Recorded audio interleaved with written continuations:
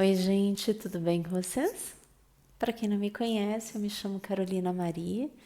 Eu sou médica, sou médica integrativa, trabalho com medicina integrativa aqui em Curitiba, no Paraná.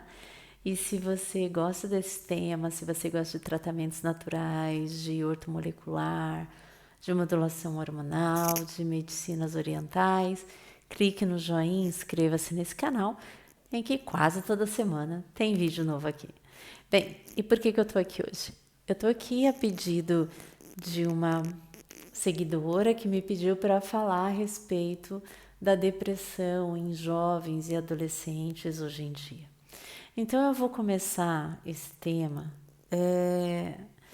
falando um pouco de um livro de filosofia que eu gosto muito e eu tenho indicado para alguns de vocês, que se chama A Sociedade do Cansaço, do filósofo Byung-Chul Han, que é um filósofo, né, sul-coreano, e que vai falar como que essa sociedade do cansaço se instalou desde a época da Revolução Industrial até agora.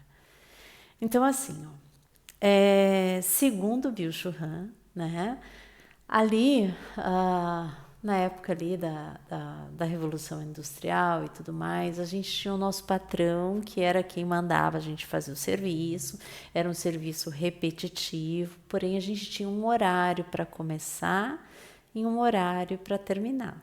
O serviço era aquele, repetitivo, chato, ok, mas o serviço era aquele. Quando você saía, eu tô resumindo muito aqui, tá, gente? É bem mais profundo que isso, mas é para entrar num vídeo. Quando você saía do seu emprego, então o teu trabalho terminava.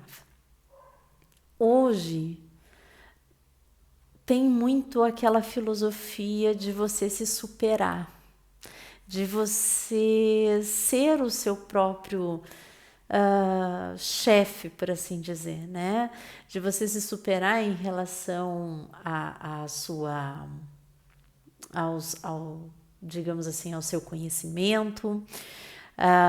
Não basta mais só você trabalhar, você precisa ter pós-graduação nisso, nisso, naquilo, e aí o seu colega está fazendo aula de inglês e de espanhol, você tem que fazer também, você não pode ficar para trás. E com as redes sociais, essa comparação se torna ainda maior, tá? Então, segundo ele, por que hoje nós somos a sociedade do cansaço? Porque a gente colocou na produtividade todo o nosso valor. Você só tem valor se você estiver produzindo. Se você não estiver produzindo, você é desvalorizado nessa sociedade. Além de estar produzindo, você tem que estar ganhando e ganhando muito bem. E além de tudo isso, você precisa gostar do que você está fazendo.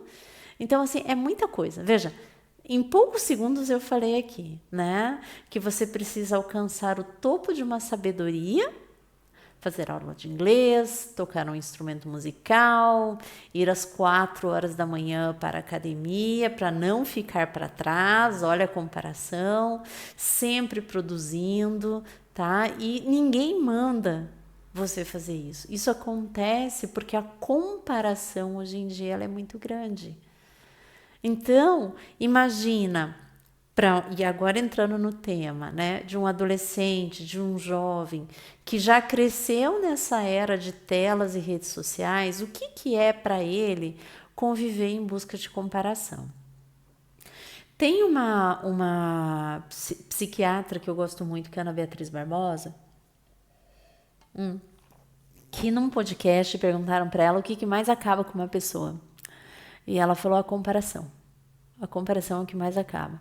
E a gente tá num meio em que somos comparados o tempo inteiro, todos os dias, todos os segundos. Não porque alguém nos compara, porque nós nos comparamos às outras pessoas. O que a gente precisa entender, que eu acho bem importante aqui para falar para jovens, né, e adolescentes que estejam passando por esse problema, é que cada um tem o seu estilo de vida. Por isso não dá para comparar uma pessoa com a outra. O seu colega que está fazendo aula de música, aula de sei lá, de alguma língua e ainda está fazendo um curso técnico e tal, é ele, entende? Voltem-se um pouco para vocês. Qual é o estilo de vida? O que lhes atrai? Né? O que vocês gostam de fazer? Vocês não precisam fazer porque o outro faz, porque o outro produz, vocês precisam produzir também. Né? É entender que o valor de uma pessoa está muito além do que ela pode produzir. O valor de uma pessoa está na moralidade, no caráter que ela tem, em tantas outras coisas que é difícil definir aqui num vídeo só. Mas para o meio em que nós somos criados, essa é uma verdade. Infelizmente, só temos valor se estamos produzindo, né? Então, uma dica que eu dou, saiam disso, voltem-se um pouco para vocês.